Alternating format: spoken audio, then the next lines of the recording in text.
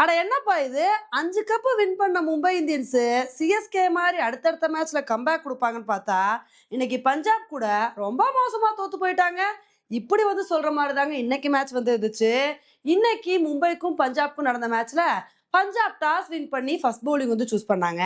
சரி, இன்னைக்கு ரோஹித் சர்மா இல்லைனா கூட டீகாக் ரிக்கல்டன் இவங்களோட பார்ட்னர்ஷிப் சூப்பரா இருக்கும், நல்ல ஒரு இன்னிங்ஸை கொடுத்துருவாங்கன்னு நினைக்கும் போது அப்ப ஹர்தீப் சிங் இருந்துட்டு ஆசை தோசை அப்பள வடை, நீங்க நல்லா பேட்டிங் பண்ற வரைக்கும் நான் என்ன சும்மாவா இருப்பேன், நான் எப்படி விக்கெட் எடுக்கிறேன் பாருங்கன்னு சொல்லிட்டு மனுஷன் வந்து ரிக்கல்டனோட விக்கெட்டை வந்து எடுத்தாருங்க. அதுக்கப்புறம் அது பத்தாது, நான் அடுத்த பால்ல சூரியகுமார் யாதவோட விக்கெட்டை எடுப்பேன்னு சொல்லி சூரியகுமார் யாதவோட விக்கெட்டே வந்து எடுத்தாருங்க. அதுக்கப்புறம் என்னப்பா மும்பைக்கு ஸ்டார்டிங்ல அது ஒரே ஓவர்ல 2 விக்கெட் போயிடுச்சு அப்படின்னு நினைக்கும் போது அதுக்கப்புறம் டீகாக் நமன்தீர் இவங்க 2 பேரும் நல்ல பார்ட்னர்ஷிப் வந்து போட்டாங்க. நமன்தீர் வந்து ஹாஃப் செஞ்சுரி அடிச்சு அசத்தினாரு.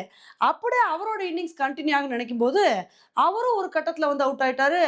அதுக்கப்புறம் ஹர்திக் பாண்டியா வந்து இன்னைக்காவது வந்து ருத்ரதாண்டம் ஆடுவார்னு பார்த்தா மனுஷன் வந்து மாக்ரோ ஜான்சனோட பால்ல அவுட் ஆயிட்டாருங்க. இதுல இந்த விக்கெட் எடுத்ததுல யாருக்கு அதிக கான்ட்ரிபியூஷன் இருக்குன்னு பாத்தீங்கன்னா கேப்டன் ஸ்ரேயஸ் ஐயருக்கு தான். மனுஷன் வந்து பாத்தீங்கன்னா பவுண்டரி லைன்ல நின்று இருந்த ஒரு தாவி கேட்ச பிடிச்சாரு பாருங்க. கேட்ச பிடிச்சா ஆல்மோஸ்ட் அவர் வந்து கீழே விழுக போயிட்டாரு. பவுண்டரி லைனை டச் பண்றதுக்குள்ள நான் வந்து கரெக்டா பாலை தூக்கி போடுவேன்னு சொல்லிட்டு கரெக்டா பவுண்டரி லைனுக்கு அந்த பக்கம் நின்றுட்டு இருந்த பிராட்லட் கையில வந்து பாலை வந்து தூக்கி போட்டாருங்க. உண்மையிலே ஸ்ரேயஸ் ஐயரோட பிரசன்ஸ் ஆஃப் மைண்டை பாராட்டி ஆகணும். நான் ஒரு ஒரு ரன்னுனா கூட சேவ் பண்ணுவேன், ஃபீல்டிங்ல மாஸ் காட்டுவேன் அப்படின்னு சொல்லிட்டு மனுஷன் வந்து தெருக்கி விட்டாரு. அதுக்கப்புறம் ஹர்திக் பாண்டியா அவுட் ஆனோடனே மற்ற பேட்ஸ்மேன்ஸ் வந்து நல்ல ஒரு இன்னிங்ஸை கொடுப்பாங்கன்னு பார்த்தா திலக் வர்மா இவங்கெல்லாம் வந்து வர நடைக்கட்டன்னு சொல்லிட்டு கிளம்பிட்டாங்க. ஆனால் டீகாக் மட்டும் நின்று நான் வந்து நல்ல ஒரு இன்னிங்ஸை கொடுத்து செஞ்சுரி அடிப்பேன் அப்படின்னு அவரோட பங்குக்கு நல்ல இன்னிங்ஸை கொடுத்து செஞ்சுரி அடிச்சாருங்க. ஆனால் என்னதான் அவர் முக்கி முக்கி செஞ்சுரி அடித்தாலும் மும்பைனால 20 ஓவர் முடிவில் வெறும் 195 ரன்னு தான் எடுக்க முடிஞ்சுச்சு. இந்த ஐபிஎல்ல 200 ரன்னுக்கு மேலே எடுத்தாலே அசால்ட்டாக சேஸ் பண்ணிடுறாங்க.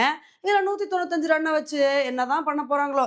இல்லைப்பா, இருந்தாலும் மும்பை இந்தியன்ஸ் நல்ல ஒரு பவுலிங் பர்ஃபார்மன்ஸை கொடுப்பாங்க, ஸ்டார்டிங்ல இருந்தே மாஸ் காட்டுவாங்க அப்படின்னு தான் எதிர்பார்த்தோம்.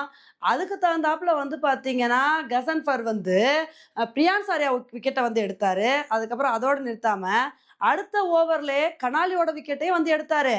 என்னதான் நீங்க விக்கெட் எடுத்தாலும் நாங்க வேற லெவல் இன்னிங்ஸை கொடுப்போம்னு சொல்லிட்டு பிரப்சிம்ரன் சிங்கும் கேப்டன் ஸ்ரேயஸ் ஐயரும் வேற லெவல் பார்ட்னர்ஷிப் வந்து போட்டாங்க.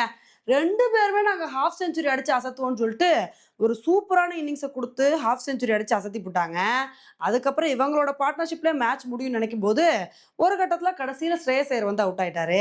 ஸ்ரேயஸ் ஐயர் அவுட் ஆனா என்ன, சேஸ் பண்றதுக்கு பெரிய ஸ்கோரா இருந்துச்சு.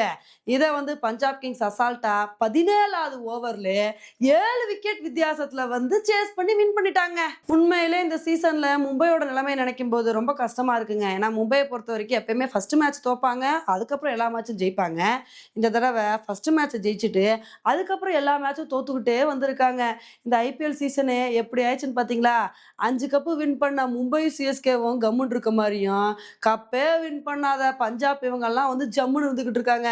இந்த நிலைமை இனிமேலாவது மாறுதா அப்படின்றத பொறுத்து வந்து பார்க்கலாம். ஓகே ஃப்ரெண்ட்ஸ், இன்னைக்கு நடந்த இந்த மேட்சை பற்றி நீங்கள் என்ன நினைக்கிறீங்க அப்படின்றத என்னோட கமெண்ட் செக்ஷனில் போடுங்க. இதே மாதிரி இன்னொரு வீடியோவில் உங்களை வந்து மீட் பண்ணுறேன். Bye friends.